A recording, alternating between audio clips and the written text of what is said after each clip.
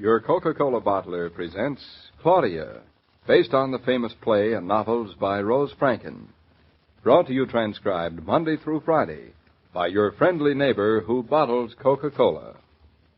Relax, and while you're listening, refresh yourself. Have a Coke. And now, Claudia. Oh, David, I love having you home all day. I'm not home to play. I'm home to work on these plans for the schoolhouse. Who cares why? The important thing is you're home. I'm going to act as if I'm not. Go ahead. See if I care. I'm going to lock myself up in this little room and keep my nose to my drawing board all day. You're not going to even see me. Good. Oh? I don't want to see you. I have a million things to do myself. I'm busy up to my ears. What are you busy with up to your ears? Thank you notes for the baby's presents. Poor you. Oh, poor me is right. Is there anything else in the world worser than writing thank you notes? Nothing's worser. Not even the word. Oh, How many do you have left? too many. About 14, I guess. Haven't you written any? Of course I have. I still don't see why I have to write them all. You're his father. You should write half of them. I'm going to stay right here and work. Not so fast. You give me one good reason why you shouldn't write half. Well, the presents aren't mine. They're addressed to your illustrious son. Then he should write them. Then go right upstairs and ask him. I think I will. I'm half tempted to. And if you waste any more time before writing them, he'll be old enough to do it himself. So get moving. All right. And don't nag me. You know, the worst part is I hardly even know half the people who sent me those baby presents. Well, it should make it twice as easy to write the letter. Now explain that to me, Mr. Smarty. Because you don't have to get personal. Oh. All you have to do is write a very formal thank you note. That's all. That's terrible. I hate receiving formal thank you notes. So I imagine other people do, too. All right. Make it difficult for yourself. I will. I was only trying to help. Advice is no help. Action is what counts. Then I'll leave you to yourself, and you can start on the action right away. Oh, thank you very much. Nothing at all. Get Mama to help you. He's pushing Bobby around in his perambulator. That woman. She can't let him out of her sight. I know. Guess you'll just have to work it out for yourself, then. I hope you haven't touched my soft lead pencils or stolen my ruler or gum eraser. Oh, you're as fussy about your soft lead pencil as an old maid. It is impossible for the old maid to work without them. 'Tis a poor workman who blames his tools. Oh, now where's my favorite fountain pen? David, have you stolen my favorite fountain pen? I can't write with any other. 'Tis a poor workman who blames his tools. Now get on with those thank you notes. If you get through after lunch, I'll take you for a walk. Well, that's not much of an inducement, but it's better than none. All right. I love getting presents, but when you have to write 8 different letters about 8 different little chemises, it sort of takes the glow off. Ungrateful.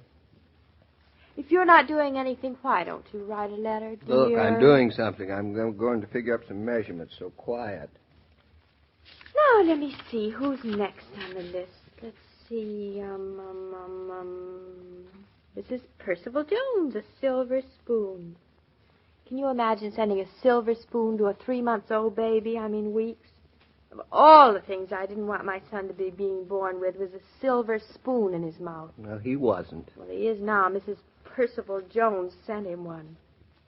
Say, who is Mrs. Percival Jones, anyway? Oh, no, some friend of Julia's, probably. No. My sister-in-law has many, many friends, you know. You ever met Mrs. Percival Jones? Not that I remember. I wonder if there's a Mr. Percival Jones. Who cares? Mrs. Percival Jones? Oh, shut up. Write a letter. Dear Mrs. Percival Jones. Write it. Don't recite it. Dear Mrs. Percival Jones, I just can't begin to tell you how much my husband and I Leave love... me out of it. Leave me out. How much my husband and I appreciate the darling... The lovely. Shut up. Appreciate the darling silver spoon you sent my son. He has been eating with it ever since the Oh, day... that's a lie. The whole thing is a lie. What am I supposed to say? Tell her the truth. I'd much rather, but I don't dare. Oh, go ahead. All right, here goes. Dear Mrs. Percival Jones, my husband and I want to tell you how silly we thought you were to send our 3-week-old offspring a silver spoon. Considering the times we're living in, we both believe it was a very extravagant waste of money. You better go back to your lies, dear. David, I am writing these letters, remember? All right. Have it your own way. If you don't want my advice, go ahead, but do it silently. See, Edith Dexter.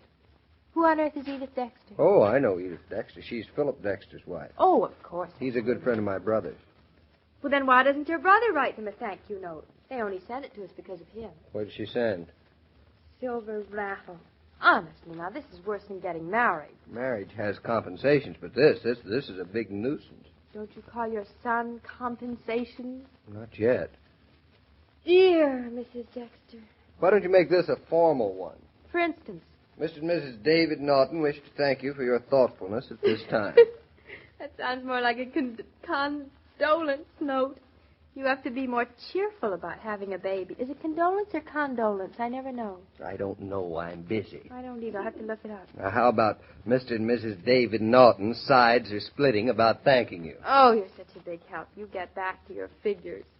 You may be a wonderful architect, but you're a flop at thank you notes. Now that I have proven it, maybe I'll get some peace and quiet. You know, I wish I could learn how to write faster. I'm so slow. Mm. My mind works 8 times as fast as my hand. And your tongue works 80 times faster than your brain. I don't hear you. Dear Mrs. Dexter, please forgive my not writing sooner. It's bad psychology to begin with an apology. You were not to butt in, Budinsky. Now I can see why wives send their husbands off to the office to get a little peace. Dear Mrs. Dexter, dear Mrs. Dexter. My dear Mrs. Dexter. Oh, how I hate this. Hooray, somebody's coming to see us. Any excuse not to have you do your work? You're a fine one to talk. Oh, Mrs. Cook, it's you. Good morning. Good morning, Miss Naughton. I don't usually come ringing doorbells with this mail, but you had so many packages today, I couldn't very well stuff them all into that little mailbox of yours. More packages? Yep, got a heap of them, all here in this bag. Oh. I feel just like Santa Claus, only it's August. Oh, they're packages for that son of mine. I had to go and have a baby. Yeah, I hear say he's a fine boy. Well, he's not bad. He's getting entirely too many presents, though. Well, it'll save you money. You won't have to go and buy him all this junk yourself. Unfortunately, it's not the kind of stuff I'd buy in the first place. You're looking good, Mrs. Naughton. Being a mother agrees with you. Why, thanks, Mrs. Cook.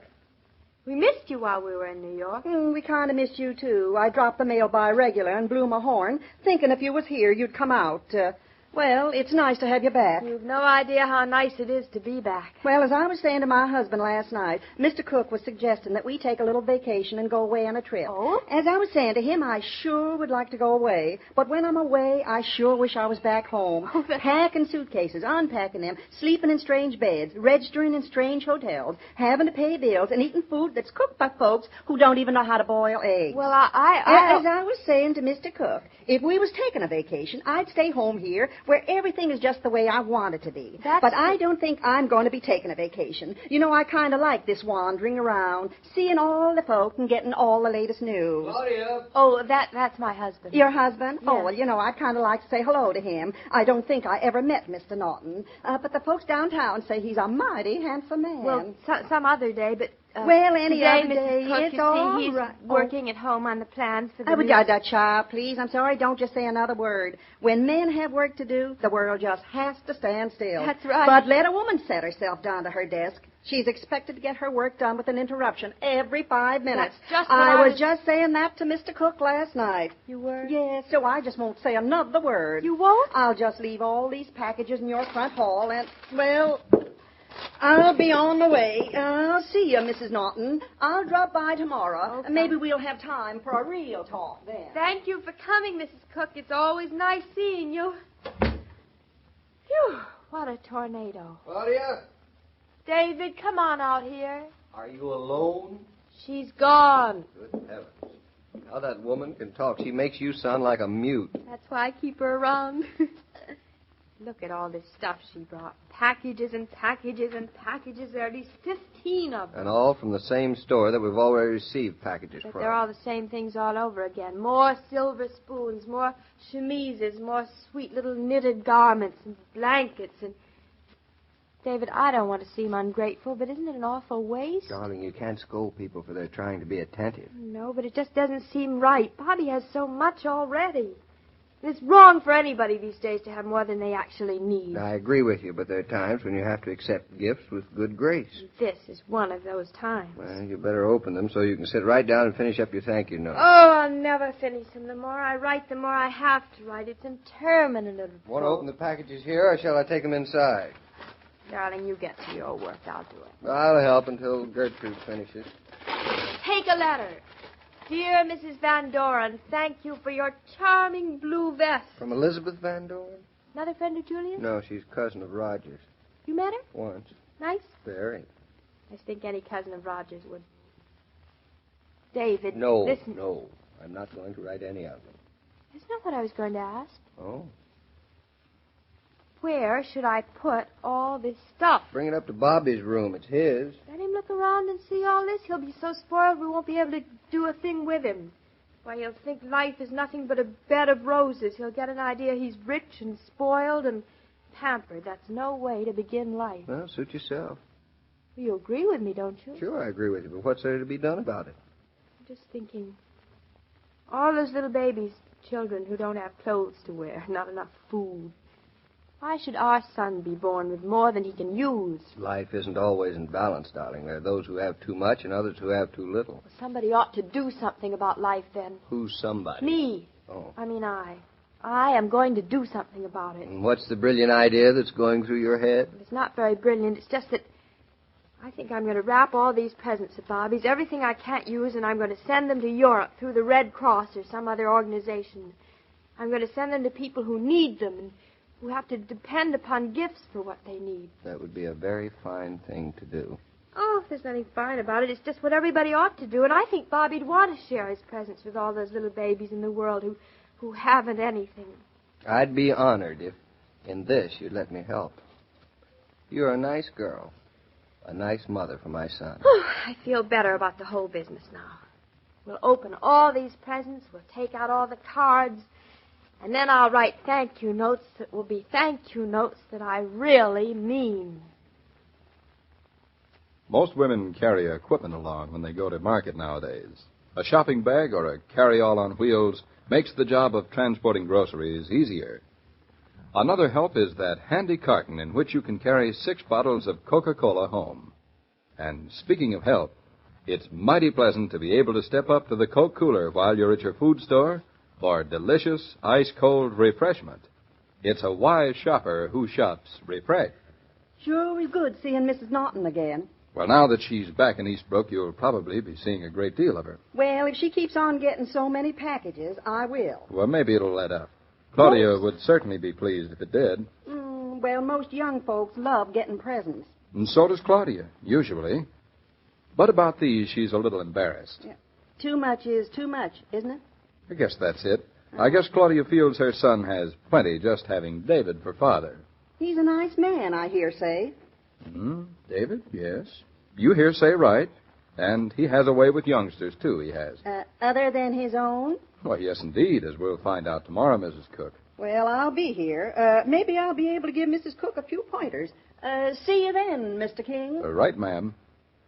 Every day, Monday through Friday, Claudia comes to you transcribed with the best wishes of your friendly neighbor who bottles Coca-Cola. So listen again tomorrow at the same time. And now this is Joe King saying au revoir.